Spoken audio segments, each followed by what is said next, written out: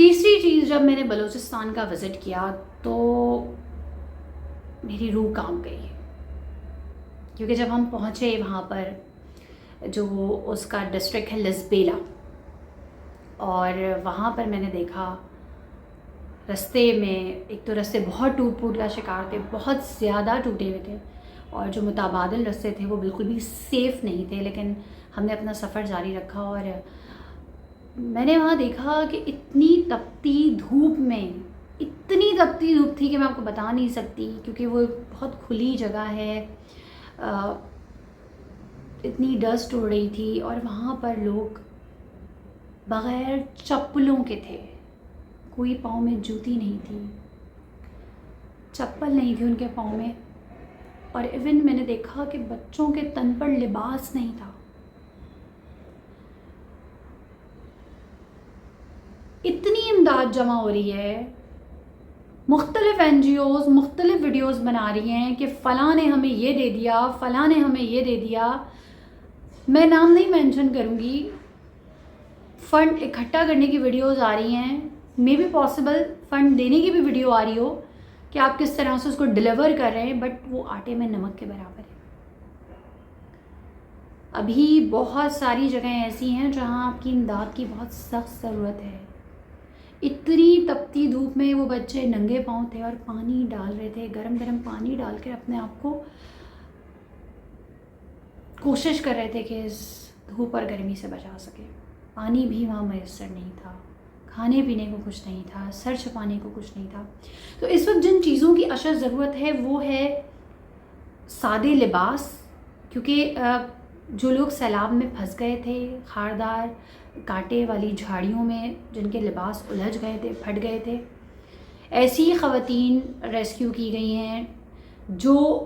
بے لباس ہونے کی وجہ سے پانی پہ ہی رہنے پہ مجبور تھیں۔ تو اس وقت ہمیں لباس چاہیے، کھلے لباس، چپلیں چاہیے، اس وقت رف چپل جو پاؤں میں پہنی جا سکے، اوڑھنیاں چاہیے، دوپٹے، شالز، چادریں چاہیے، اس وقت کمبل چاہیے، اس وقت خیمے چاہیے، اس وقت خوش خوراک بھی چاہیے، کیونکہ بہت ساری ایسی جگہیں ہیں جہاں پہ خشکی ہے، تو وہ لوگ چاہتے ہیں کہ وہ لائن میں نہ لگیں، پکا پکایا بھلے نہ ملے، ہمیں جو دال روٹی میسر ہو ہم خود پکا کے کھا لیں۔ تو اس وقت بہت ساری چیزوں کی اشد ضرورت ہے اور نہیں پہنچ پا رہی۔ بلوچستان کا میں آپ سے ذکر کر رہی تھی، وہاں پر جب ہم آگے بڑھے تو وہاں ہم گاؤں گئے، وہاں ایک گاؤں تھا لوانی، اور اس گاؤں سے پہلے رستے میں ہی، کیونکہ اتھل ہے، اتھل سے تھوڑا اور آگے گئے تو وہاں پر ہمیں یہ کہہ دیا گیا کہ جو ہمارا وہاں پر جو ہے نمائندہ موجود تھا، اس نے یہ کہا کہ ابھی آپ جہاں ہیں وہاں رک جائیں یا وہاں سے واپس پلٹ جائیں، آپ آگے مت آئیں، کیونکہ آگے موسم ایک دم سنگین ہو گیا ہے۔ اگر آپ آ بھی جاتے ہیں تو میں شاید آپ کو ان جگہوں کا وزٹ نہیں کروا سکتا، کیونکہ وہ رستے بالکل بھی ایسے نہیں ہیں جن پہ جایا جا سکے۔ لیکن اللہ کا نام لے کے ہم آگے بڑھے اور ہم پہنچے، اور ہم نے فورسفلی ان کو کہا کہ دیکھیں آپ کو ہی یہاں کے رستے پتہ ہیں، آپ ہی ہماری مدد کر سکتے ہیں، آپ ہمیں آگے لے کے جائیں۔ تو وہ بمشکل ہمیں جو لوانی، جو کہ بیلا سے 12 کلومیٹر دور تھا، وہاں تک لے کے گئے، اور وہ بھی بہت دشوار گزار راستے تھے، بہت کالے بادل چھائے ہوئے تھے،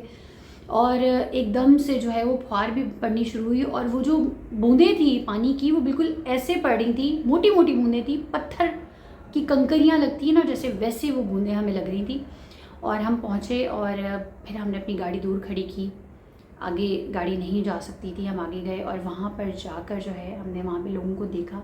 جن کے مٹی کے گارے کے گھر بنے ہوئے تھے، جو اپنی طرف سے انہوں نے بڑے مضبوط بنائے ہوئے تھے، جس میں جو ہے لکڑی کا پورا چورا برادہ جو ہے وہ ملایا جاتا ہے، بھوسا ملایا جاتا ہے، اور اس کے بعد وہ گھر تعمیر ہوتے ہیں۔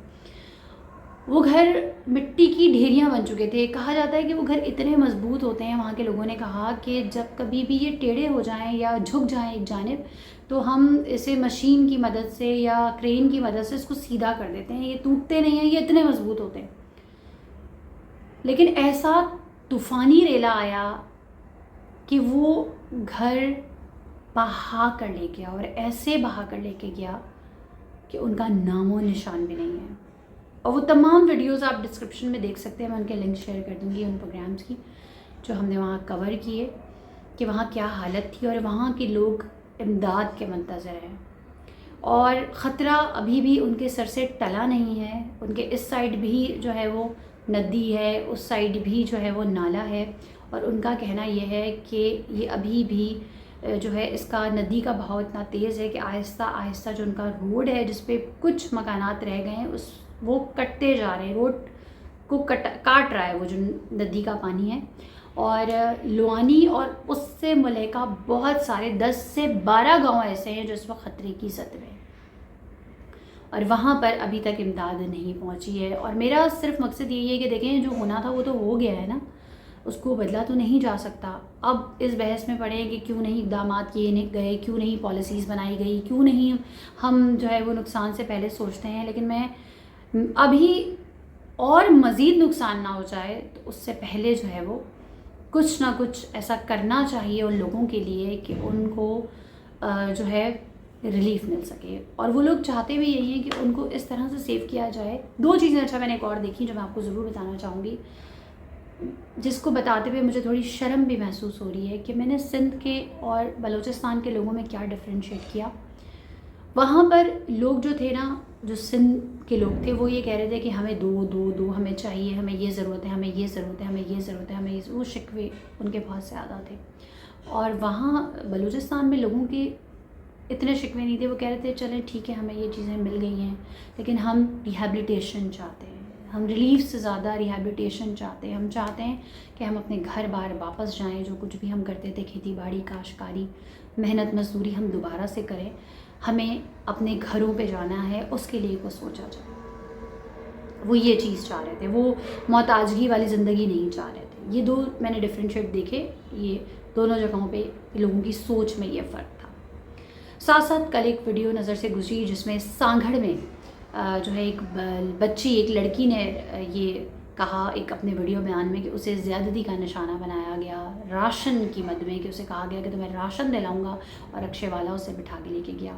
اور سانگھڑ کی ایک ویڈیو میں نے دیکھی جس میں وہاں کے منسٹر صاحب جو ہیں وہ ایک تخت پہ، چارپائی پہ بیٹھے ہوئے ہیں، اور ان کے شایانہ شان ایک پنکھا جھلا جا رہا ہے،